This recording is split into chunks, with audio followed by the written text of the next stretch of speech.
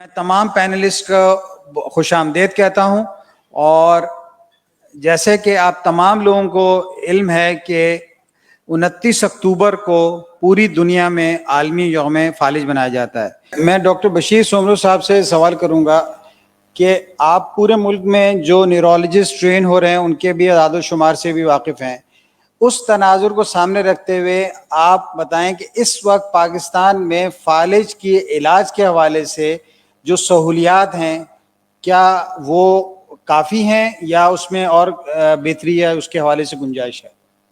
بسم اللہ الرحمن الرحیم۔ دیکھیں، پاکستان میں جو اس وقت college of physician and surgeon کے جو فیلوز ہیں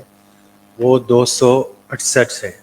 268 ہے۔ اب اس کے علاوہ کچھ لوگ ایسے ہیں جو فارن کوالیفائڈ بھی ہیں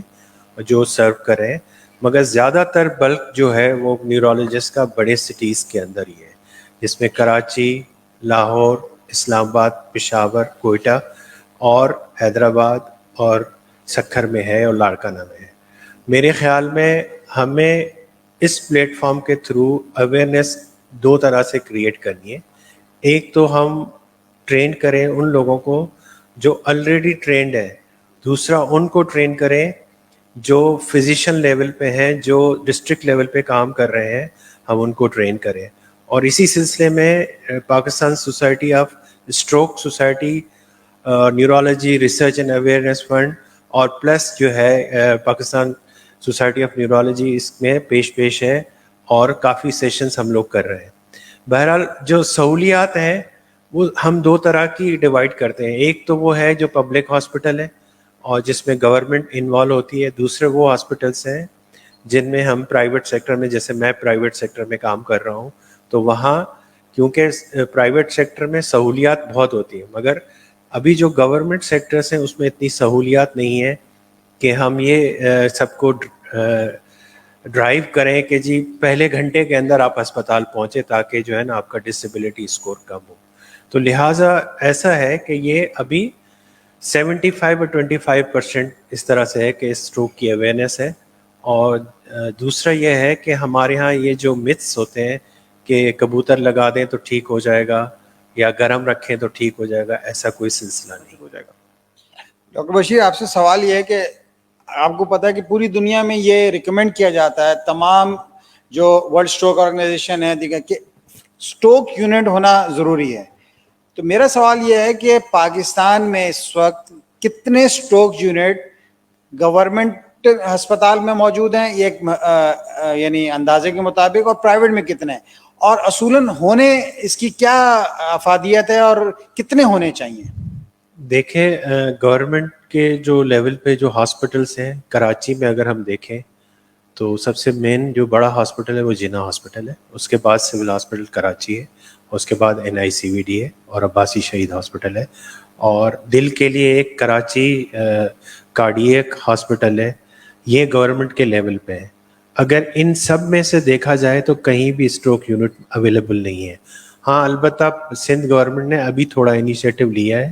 اور NICVD میں ایک اسٹروک یونٹ اور اسٹروک ٹیم جس میں انٹرونشنل ریڈیولوجسٹ اور ایک نیورولوجسٹ انہوں نے ہائر کیا ریسنٹلی، اور میرے خیال میں وہ very soon they are launching it. اب اگر آئیں لاہور میں، لاہور کے اندر یہ پرسنل لیول پہ جتنے بھی ہمارے کمیونٹی کے نیورولوجسٹ ہیں جو پروفیسر لیول پہ ہیں، انہوں نے اپنی ایفرٹ سے چند ہاسپٹل جو پبلک ہاسپٹل کے انڈر ہیں ان میں ڈیولپ کر رہے ہیں۔ ابھی ریسنٹلی ڈاکٹر قاسم بشیر نے گورنمنٹ لیول پہ دو تین چیزیں اچھی کی ہیں۔ ایک تو بلڈنگ ایکوائر کی ہے جس میں اسٹروک یونٹس بنائے ہیں، دوسرا یہ ہے کہ ان کے اندر تھرمبولائسس فری آف کاسٹ جو دوا ہوتی ہے TPA وہ اویلیبل کرائی ہے، تیسرا یہ ہے کہ انہوں نے میکینیکل تھرمبیکٹمی کے لیے کچھ بجٹ، ابھی ریسنٹ میری ملاقات ہوئی تھی، انہوں نے اپروو کرائے ہیں۔ باقی اگر ہم دیکھیں تو اسلام آباد میں بھی پرائیویٹ سیکٹر میں نہیں، پرائیویٹ سیکٹر میں تو موجود ہیں، گورنمنٹ سیکٹر میں سب سے بڑا ہاسپٹل PIMS ہے، تو وہاں بھی پرسنل لیول پہ ڈاکٹر مظہر بادشاہ جو ہے وہ کوشش کریں اسٹروک یونٹ ڈیولپ کرنے کے لیے۔ اگر ہم پبلک ہاسپٹل میں راولپنڈی اسلام آباد میں دیکھیں تو راولپنڈی کا اپنا ایک آرمی کا ہاسپٹل ہے جہاں پہ اسٹیٹ آف دا آرٹ جو ہے وہ اسٹروک یونٹ بھی ہے اور اسٹروک کی ٹیم بھی ہے۔ اب آتے ہیں اگر ہم چھوٹے شہروں میں سکھر میں کوئی اویلیبل نہیں ہے, لاڑکانہ میں کوئی اویلیبل نہیں ہے, حیدرآباد میں تو بالکل بھی نہیں ہے, اور اگر ہم کوئٹہ میں جائیں تو کوئٹہ میں بھی کوئی اویلیبل اسٹروک یونٹ نہیں ہے. اس سے زیادہ پشاور جائیں تو وہاں بھی پبلک ہاسپٹل میں ایسی کوئی سہولیات نہیں ہے. دیکھیں فالج کا علاج جو ہے نا وہ تھوڑا سا اس طرح سے مہنگا ہے کہ جب بھی کوئی ایک مریض آتا ہے تو ایٹ لیسٹ اس کے جیب میں 1,00,000 روپے تک ہونا چاہیے, کیونکہ وہ مختلف ٹیسٹ سے گزرتا ہے. اور یہ سہولیات جس کے پاس پرائیویٹ تھرڈ پارٹی پیئر ہوتے ہیں تو وہ لوگ یا پینل کے تھرو ٹریٹ ہوتے ہیں یا ان کے کوئی انشورنسز ہوتے ہیں تو وہ مین ہاسپٹلس میں آتے ہیں اور پرائیویٹ ہاسپٹل میں ان کا علاج ہو جاتا ہے. اگر میں کامن مین جیسے میں شکارپور جاتا ہوں یا اپنے کہیں دیہاتوں میں جاتے ہیں تو وہاں پہ تو اویئرنیس ہی نہیں ہے, اور وہاں تو کیا وہ تو عام ایک ٹیکہ نہیں ہے, وہاں پہ سرنجز نہیں ہے, کیتھیٹر نہیں ہے, NG ٹیوب نہیں ہے. تو آپ دیکھیں یہ تو سارا جو بھی ہے اتنے ماس لیول پہ یہ سارا کام جو ہے اربوں روپے کا ہے, اور یہ پاکستان گورنمنٹ اور سندھ گورنمنٹ اور مختلف صوبوں کی گورنمنٹس کو کرنا چاہیے. ہم انڈیویڈول لیول پہ اپنی ایفرٹ تو ڈال سکتے ہیں, کیونکہ ہم صبح 9 بجے آتے ہیں اور 4 بجے تک رہتے ہیں, اس کے بعد پروفیسر جو ہے وہ گھر چلا جاتا ہے سول ہاسپٹل میں یا کہیں بھی, اس کے بعد تو سمجھے کہ اندھیرا ہو جاتا ہے گورنمنٹ ہاسپٹلس میں. باقی رہا پرائیویٹ ہاسپٹل میں, وہاں پہ کیونکہ سیٹ کا ہاسپٹل ہے یا ٹرسٹ کا ہاسپٹل ہے تو وہاں تو سب فیسلٹیز ہوتی ہیں. ایون ٹی پی اے ہمارے, جیسے میں ضیاءالدین میں کام کر رہا ہوں, ٹی پی اے ہمارے ایمرجنسی روم میں پڑا ہے, اور وہ ٹی پی اے کا ایک جو انجیکشن ہے اس کی تقریباً کاسٹ اگر نکالی جائے تو 1,00,000 روپے ہے. تو ہم ہر مریض کو آفر نہیں کرتے, اس کے لیے بھی ہمارے پاس کرائٹیریا ہوتا ہے کہ اس کا NIH اسکور کیلکولیٹ کریں, اس کا جیب ٹٹولتے ہیں یا اس کا تھرڈ پارٹی پیئر ہوتا ہے تو اس کا وہ بھی دیکھنا ہوتا ہے. تو یہ سہولیات کے لیے یہ کاسٹلی میڈیکیشنز ہوتی ہیں اور کاسٹ آف انویسٹیگیشن بہت زیادہ ہے. سے لائک سی ٹی اسکین ہے نا, اب سی ٹی اسکین اگر آپ نے برین کا کرنا ہے تو کراچی میں رفلی 5,500 روپے کا. اگر آپ نے ایک اچھا MRI کرانا ہے اور MRV برین کا کرانا ہے تو 24 سے 25,000 روپے کا خرچہ ہے. تو یہ کاسٹ عام آدمی نہیں بیئر کر سکتا, یہ ہمیں ماس لیول پہ گورنمنٹ کے تھرو ہمیں اس کو اویئرنیس کرنی ہے, تاکہ گورنمنٹ جو ہے وہ ایٹ لیسٹ بڑے شہروں میں یا ڈسٹرکٹ لیول پہ ایسی فیسلٹیز دے جس میں عام آدمی جو ہے وہ اس سے مستفید. ڈاکٹر بشیر, آپ سے سوال یہ ہے کہ اس وقت ملک میں ٹرینڈ اسٹروک اسپیشلسٹ یا اسٹروک نیورولوجسٹ کتنے ہیں, اور ان کی کمی کو پراپر طور پہ کرنے کے لیے, کم کرنے کے لیے وہ کیا اقدامات ٹریننگ کے اندر کرنے چاہیے اور کیا اقدامات حکومتی سطح پہ کرنے چاہیے تاکہ ان کی تعداد میں کوئی مؤثر طور پہ اضافہ ہو سکے؟ دیکھیں ایگزیکٹ پکچر تو مجھے یا نمبر جو ہے وہ میرے پاس نہیں ہے اس وقت, مگر کیونکہ یہ کمیونیکیشن کا دور ہے تو ہمیں یہی معلوم ہوا ہے کہ ہر جو پرائیویٹ ہاسپٹل ہے اس میں ایک اسپیشلسٹ ہے,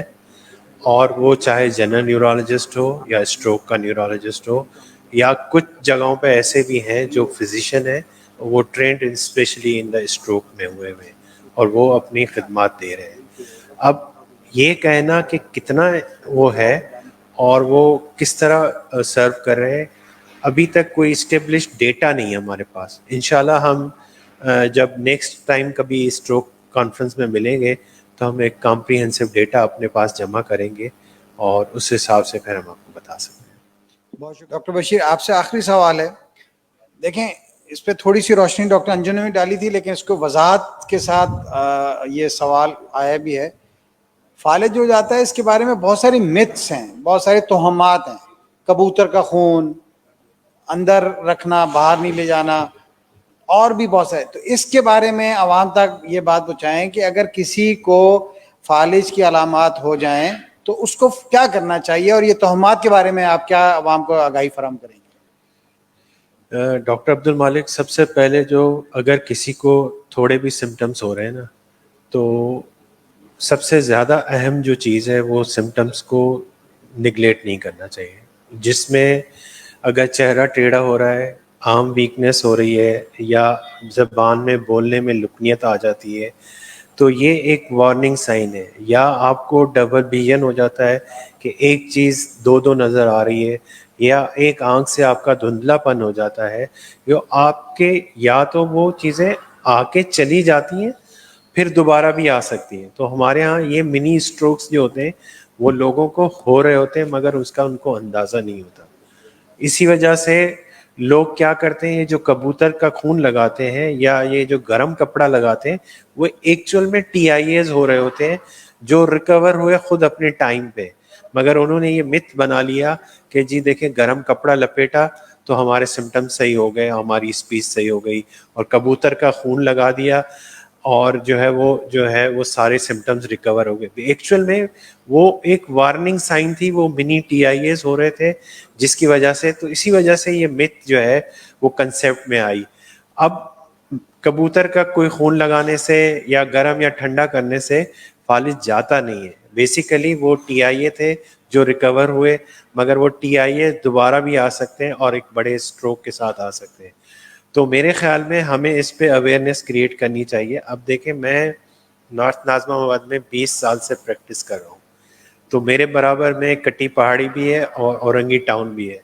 تو وہاں سے ایک بندہ ڈیلی ہمارے ہاسپٹل میں چکر لگاتا ہے جس کے پاس کالے کبوتر اور جنگلی کبوتر ہوتے ہیں. وہ بہت بڑی پرائس میں آ کے میرے وارڈ کے پیچھے آگے پیچھے ادھر ادھر گھومتا رہتا ہے اور وہ سیل کرتا ہے، بیکاز کہ اس کو یہ پتا ہے کہ یہ ڈاکٹر جو ہے ان کے پاس جو ہے فالج کے مریض ہوتے ہیں اور ان کے فالج کے مریضوں کو میں یہ اچھے داموں میں بیچ کے اور یہ کام کر سکتا ہوں. تو لہٰذا کئی دفعہ ہم نے ان کو منع بھی کیا ہے، مگر کیونکہ پبلک میں ایک متھ بیٹھا ہوا ہے، ذہن میں بیٹھا ہوا ہے، تو وہ اس ٹی آئی اے کو ایک دفعہ صحیح ہوتے دیکھا تو وہ ان کی کمیونٹی میں یہ پھیل گیا کہ یہ کبوتر لگایا تو صحیح ہو گیا. تو بیسیکلی وہ ٹی آئی ایز ہوتے ہیں جو سائنز اینڈ سمٹمس آتے ہیں اور چلے جاتے ہیں، اور اس کے بعد ایک اچانک فل بلون 99% جو بڑا فالج ہو جاتا ہے. تو اس متھ کو لوگوں نے پکڑ لیا ہے، اس وجہ سے جو ہے نا یہ تہمات ہے. اب دیکھیں ایپیلیپسی کا مریض ہے، اب ایپیلیپسی میں ہمارے ہاں جھاڑ پھونک کا بہت کام ہے کہ اس پہ جن آ گیا، اس پہ بابا آ گیا، اس پہ آصف آ گیا.